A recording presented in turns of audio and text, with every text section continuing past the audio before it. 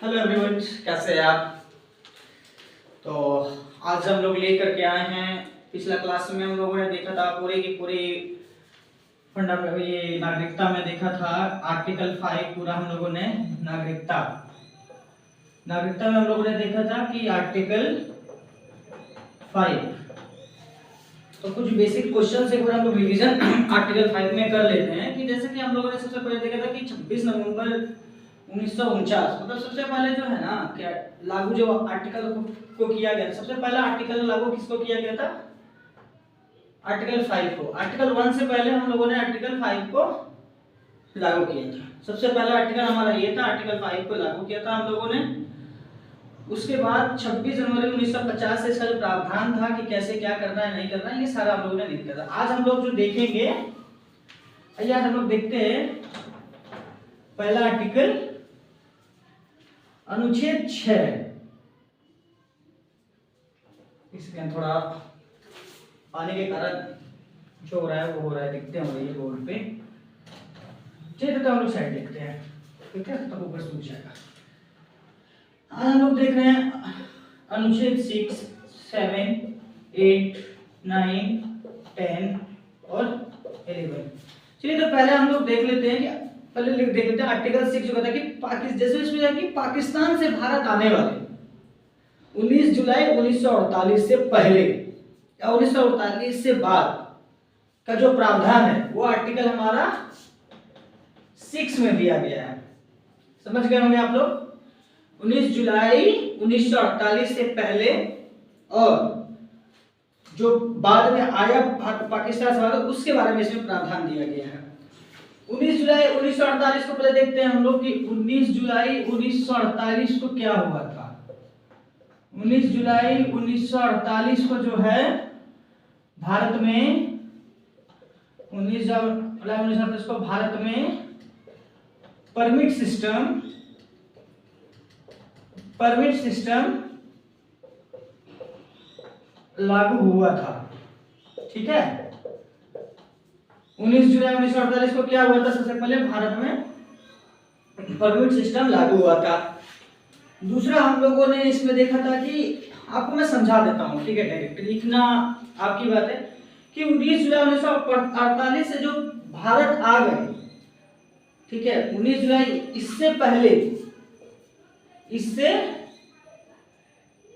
इससे पहले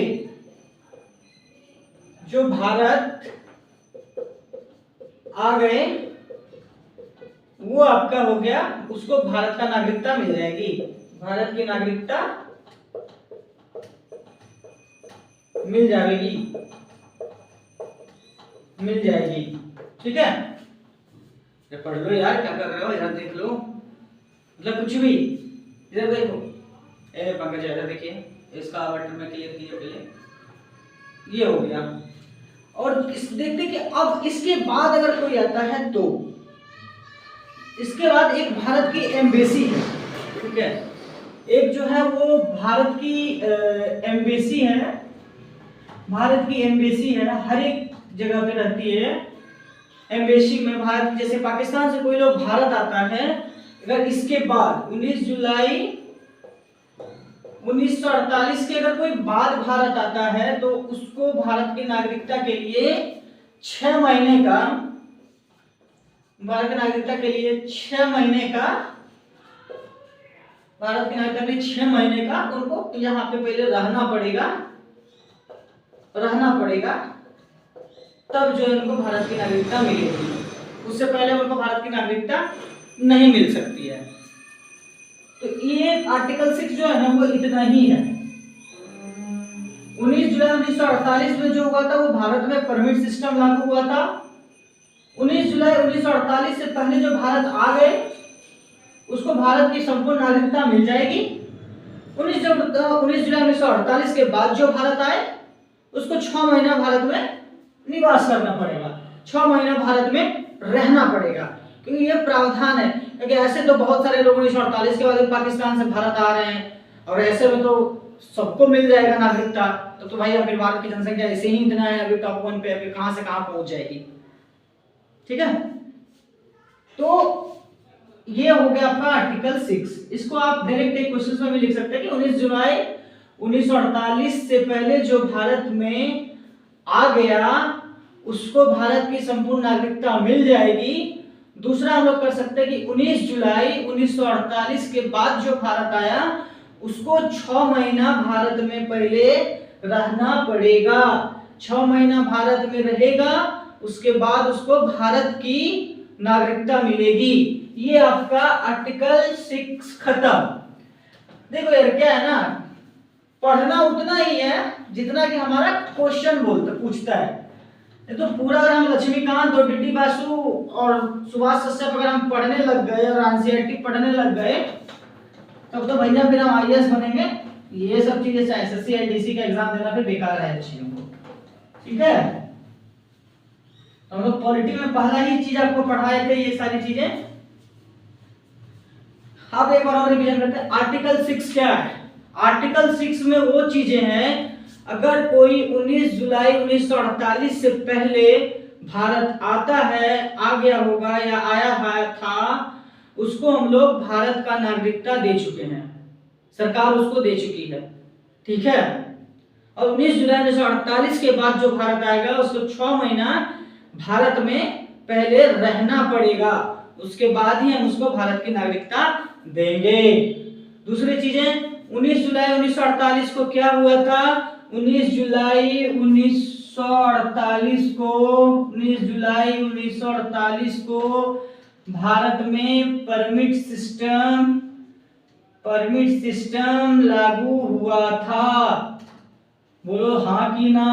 हाँ, ठीक है।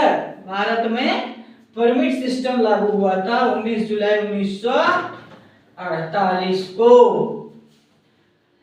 अब देखते हैं अनुच्छेद 7। देखो यार ये सब चीजें ना बहुत आसान चीजें हैं, ठीक है। अगर ना भी करो तो एसएससी में कुछ क्वेश्चंस ऐसे भी हैं कि खुद से बन जाती है, ठीक है। तो अब देखते हैं अनुच्छेद 7। ऐसे भी याद रख सकते हैं, मुसाफिर आने वाले न फिर जाने वाले, ठीक है, वो होता है आर्टिकल 6। चलिए एक्चुअली अब हम लोग देखते हैं आर्टिकल 7। आर्टिकल 7 में क्या दिया पहले लिख लेते हैं हम लोग। आर्टिकल 7 को लिख लेते हैं अच्छे से। अनुच्छेद 7 इसमें लिख लेते हैं 1 मार्च 1947 से के बाद और 19 जुलाई 1948 से पहले। ये इतना ही मुख्यतः देखेंगे हम लोग। तो अनुच्छेद 7, ठीक है। भारत से पाक जाने वाले का प्रावधान, भारत से पाक जाने वाले का प्रावधान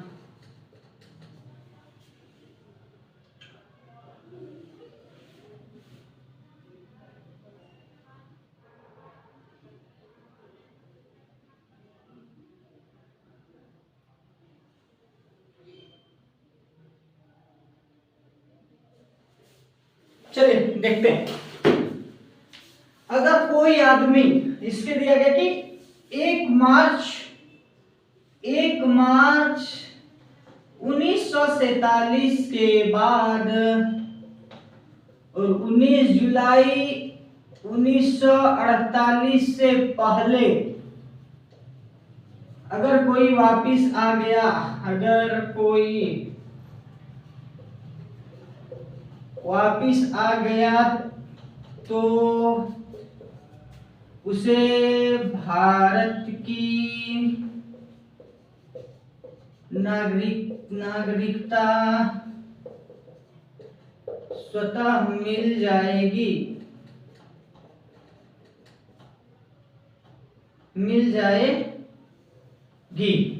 ठीक है। ये हमेशा याद रखिएगा। और अगर तो जैसे अनुच्छेद 6 में था, अनुच्छेद 7 में भी वही चीज है कि अगर इसके कोई बाद आता है तो उसे 6 महीना कैंप में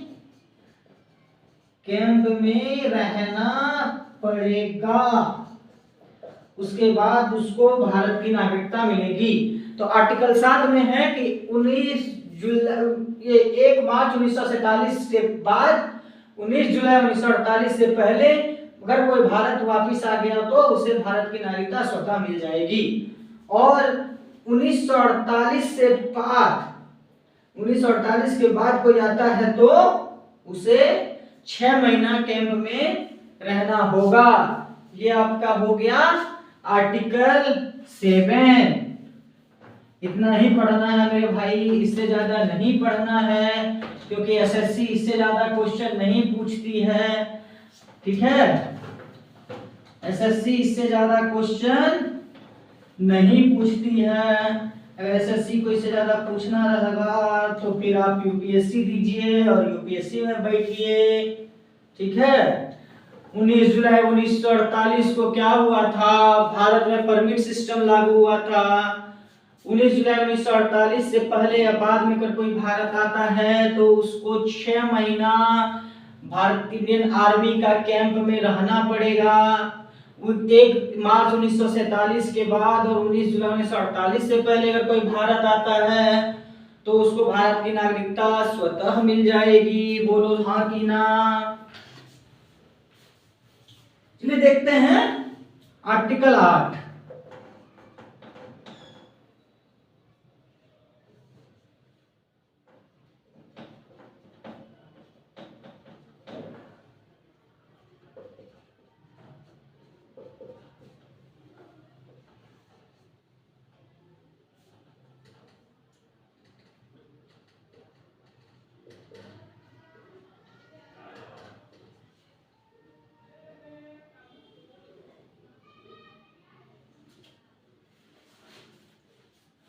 इसमें भी आर्टिकल 8 में क्या है, ये बहुत छोटा चीज है यार। अनुच्छेद अगर हम पढ़ने लगे ना अच्छे से, एक एक चीज पढ़ते हैं ना, तो ये हमें बहुत छोटा लगता है। अब आर्टिकल 8 खत्म करने के प्रकार क्या देख, कुछ नहीं है।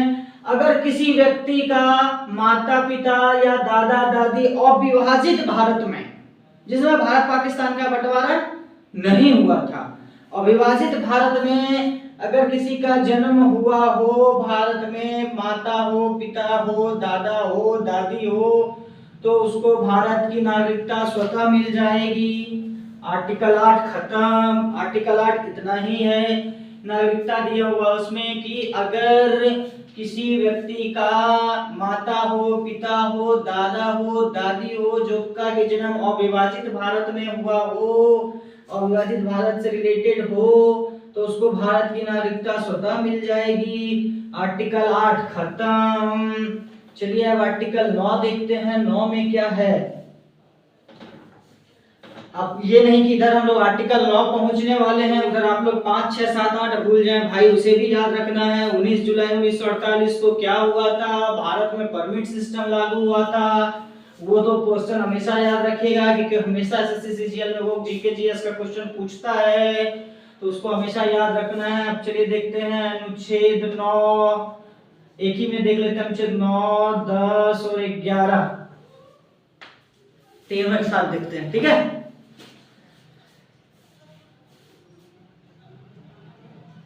लिखिए 9, पहले 9 लिख लो।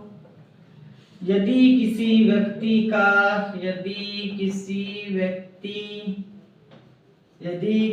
व्यक्ति ने, इसमें 9 में कुछ नहीं है, एक सेकंड में बता ही देता हूं। चलिए, अनुच्छेद 9 में यह है कि अगर कोई व्यक्ति किसी देश की नागरिकता ग्रहण की, जैसे हम भारत में हैं, हम यूएसए गए या भगवान करे आपका पोस्टिंग कहीं भारत में इंजीनियर बन गए, आपका अमेरिका में हो गया, तो अगर आपको अमेरिका की नागरिकता मिलती है, आप अमेरिका की नागरिकता लेते हैं, तो भारत की नागरिकता आपकी स्वतः खत्म हो जाएगी। ये आर्टिकल 9 है।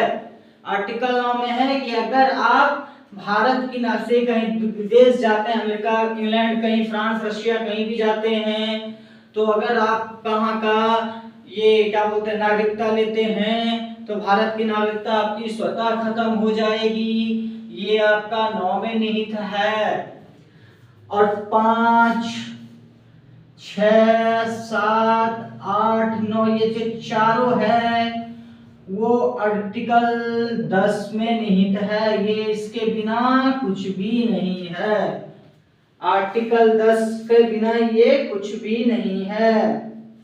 ये सारे तब तक रहेंगे, इसमें दिया हुआ है कि ये सारे तब तक रहेंगे। आर्टिकल 5, 6, 7, 8, 9 तब तक रहेंगे जब तक कि ये बंदा चाहेगा, मतलब कि भारत में सांसद चाहेगा, संसद भवन चाहेगा तब तक रहेगा, क्योंकि भारत में एकहरी नागरिकता है। नोट करके लिख लीजिएगा, भारत में एकहरी नागरिकता है। ठीक है, भारत में एकहरी नागरिकता है। आर्टिकल 5, 6, 7, 8, 9 ये तब तक सही से चलेगा मेरे भाईजान जब तक कि ये चाहेगा। बोलो जय श्री राम। आर्टिकल 10 चाहेगा और आर्टिकल 10 में ये निहित है। आर्टिकल 10 हमारा ये है मेरे भाई कि नागरिकता का प्रावधान तब तक रहेंगे। आर्टिकल 10 ये कहती है कि नागरिकता का प्रावधान तब तक रहेंगे जब तक कि संसद चाहेगा। संसद के बिना अनुच्छेद 5, 6, 7, 8 जब चाहे तब खत्म कर सकता है। ठीक है, ये कहाँ रख दिए? फिर कहाँ सुखवा देते हो यार तुम लोग, तो चिल्लाते हो।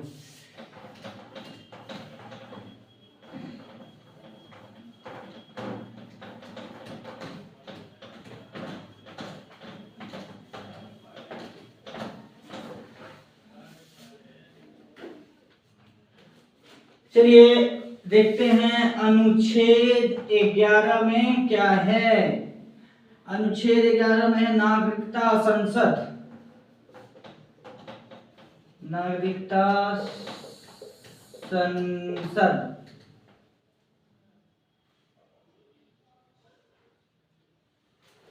चलिए आज हम लोग यहाँ पे खत्म करेंगे। उसके बाद हम लोग 1955 का संविधान संशोधन पढ़ेंगे। लेकिन पहले ये देख लेते हैं, इसमें जो है अनुच्छेद 11 में निहित है कि नागरिकता से रिलेटेड कोई भी कानून हो, कोई भी नियम हो, वो सिर्फ संसद बना सकती है। वो सिर्फ संसद बना सकती है। वो सिर्फ संसद बना सकती है। नागरिकता से रिलेटेड कोई भी कानून हो वो सिर्फ संसद बना सकती है। जब तक संसद चाहे, अगर संसद चाहे कि आज हमें ये नियम नहीं करना है तो वो नियम को हटा सकती है। ठीक है, वो नियम हटा सकती है। दूसरा पॉइंट लिखिए कि भारत में नागरिकता से रिलेटेड प्रावधान, भारत में नागरिकता से रिलेटेड या उससे लगभग में कोई भी कानून किसी भी राज्य शक्ति के पास नहीं है। नागरिकता का बनाने वाले, नागरिकता के संबंध में कानून बनाने वाले कानून जो है किसी भी राज्य के पास नहीं है। किसी भी राज्य के पास नहीं है।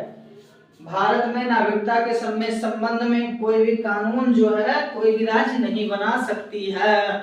वो सिर्फ बनाएगी तो वो संसद बनाएगी, जो कि आर्टिकल 10 में वो ऑलरेडी निहित है। संसद जब चाहेगी तब बना देगी, संसद जब चाहेगी तब खत्म कर देगी।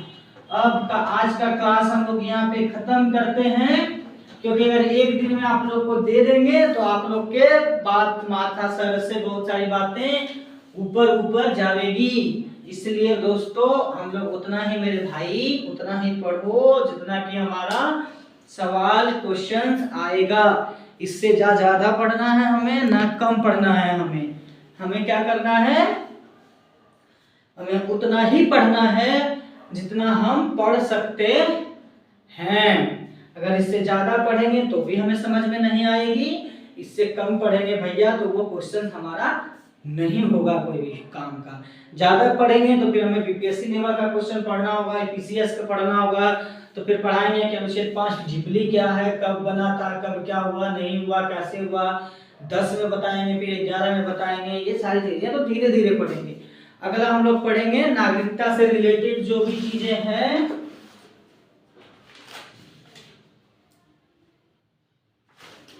हम लोग नेक्स्ट क्लास जो है मेरे भाई पढ़ेंगे नागरिकता संशोधन अधिनियम 1955, नागरिकता संशोधन अधिनियम 1955।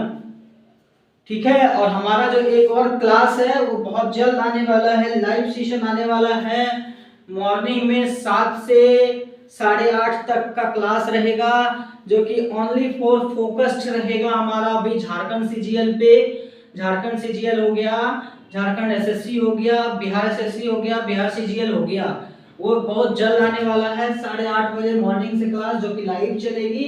उसका भी हमने आपको लिंक में भेज दूंगा। तो अभी तक आप लोगों ने अगर चैनल को सब्सक्राइब नहीं किया है, लाइक नहीं किया, तो प्लीज दोस्तों चैनल को सब्सक्राइब करें, लाइक वाला बटन दबाएं, और में जाइए। और 7:30 बहुत फायदेमंद क्लासेस होगी, टेस्ट भी होगा, ऑनलाइन टेस्ट होगा, ऑफलाइन टेस्ट होगा।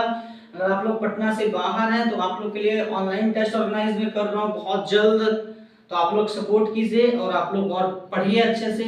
आप लोग के डाउट्स होगी, मैं डाउट्स क्लियर कराऊंगा।